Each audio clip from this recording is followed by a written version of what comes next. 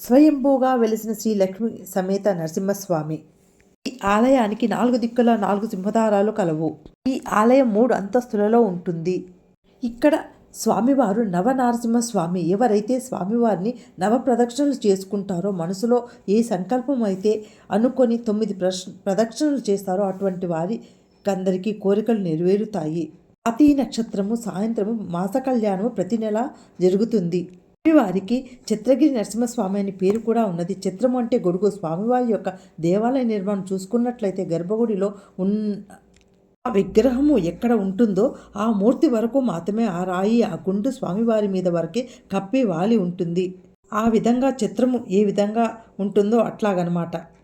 గొడుగు ఏ విధంగా అయితే ఎండ నుంచి వాన నుంచి కాపాడుతుందో, స్వామిని నమ్మి చేరుకుంటే అటువంటి వారిని అందరినీ కూడా స్వామి రక్షిస్తారు. శివాజీ మహారాజు కూడా దర్శించుకునేవాళ్ళు.